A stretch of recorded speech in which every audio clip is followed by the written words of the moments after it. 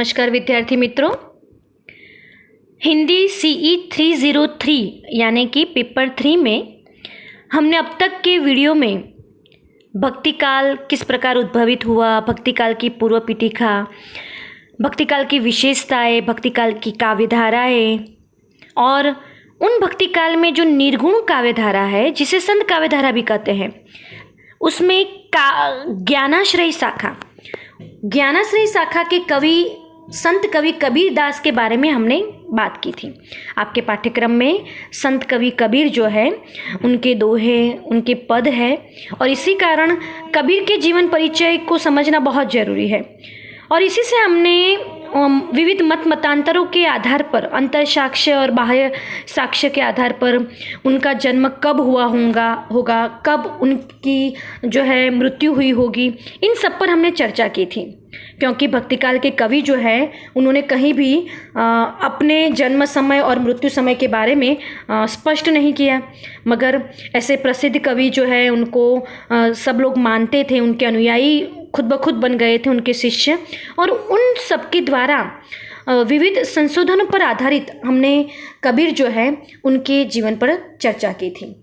कबीर के जीवन के बाद उनकी मृत्यु, उनकी शिक्षा, उनके गुरु के साथ उनके व्यक्तित्व के बारे में भी हमने गत वीडियो में प्रकाश डाला था।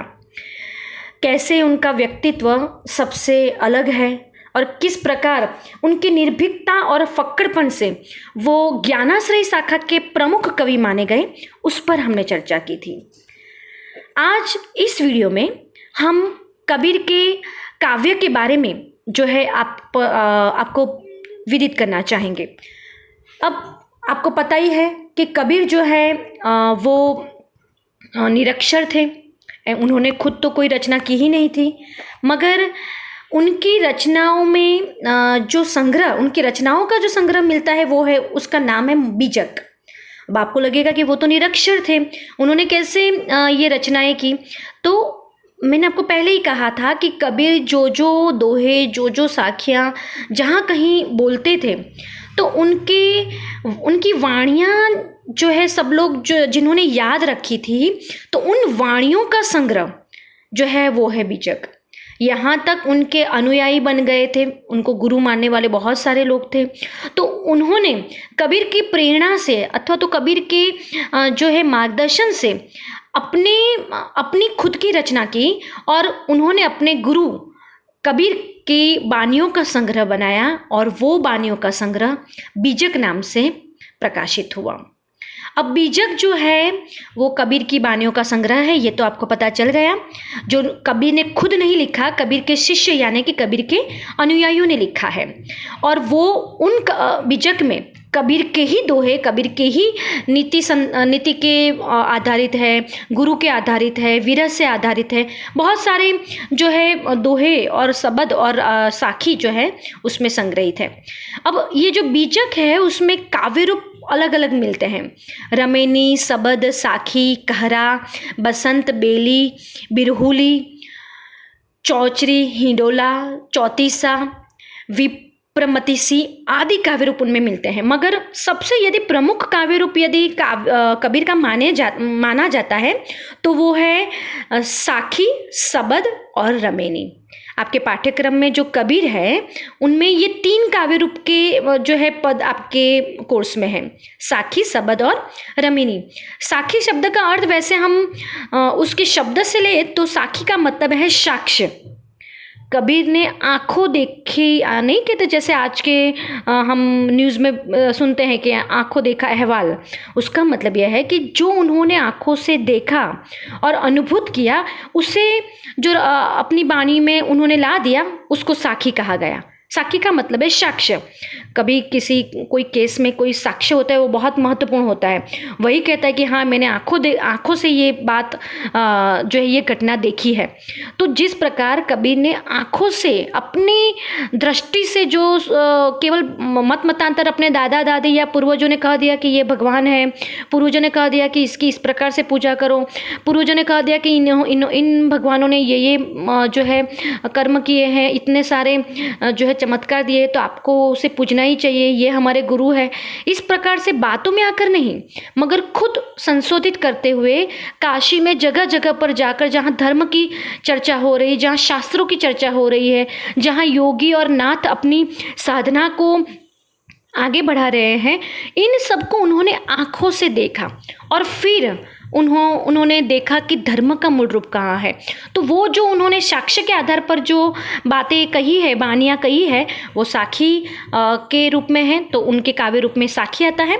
फिर सबद, शब्द को हम कहते हैं सबद, तो उस अर्थ में सबद में भी उनके पद हैं और रमेनी में भी उनके पद हैं। सबद के पद जो है वो गेय पद है, यानी कि उनको गाए जा सकते हैं। तो इस प्रकार से अलग अलग काव्य रूपों में उनकी वाणियों का संग्रह देखा जा सकता है। अब इनकी रचनाओं का प्रामाणिक संग्रह शब्द इसलिए प्रयुक्त किया गया है कि प्रामाणिकता और अप्रामाणिकता के संदर्भ में आदिकाल से लेकर रीतिकाल तक बहुत मतांतर है। आदिकाल से लेकर रीतिकाल तक अनेक कवि ऐसे हैं कि जिनकी रचनाएं प्रामाणिक मानी जाती हैं कि और कुछ कवि जो है उनकी रचनाएं अप्रामाणिक यानी कि असंदिग्ध मानी जाती है, यानी कि कहीं ना कहीं उनमें मतांतर माने जाते हैं कि नहीं ये गलत है। तो उस प्रकार से आदिकाल से लेकर रीतिकाल तक जिन कवियों की रचनाओं को प्रामाणिक माना गया, उनके पीछे बहुत सारी बात है। बहुत सारे कवियों ने, बहुत सारे हमारे आधुनिक आलोचकों ने और संशोधकों ने उसी एक कवि पर बहुत सारे संशोधन किए होंगे और तब जाकर उनकी रचना प्रामाणिक मानी जाती है।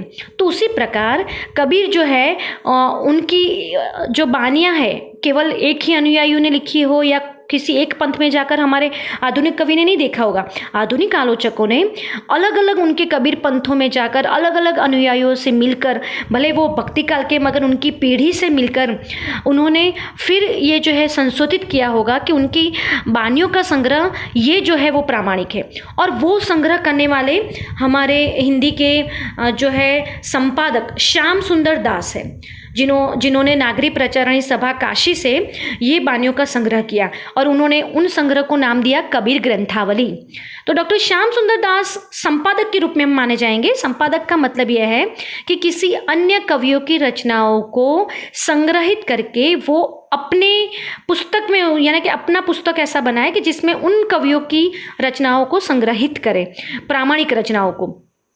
तो डॉक्टर श्याम सुंदर दास ने ये जिम्मा उठाया और कबीर ग्रंथावली नामक पुस्तक जो है वो संपादित किया, जिसके संपादक डॉक्टर श्याम सुंदर दास हैं। उनकी संत कबीर की संत वाणी का संग्रह जो है वेलेडियर प्रेस इलाहाबाद में भी है।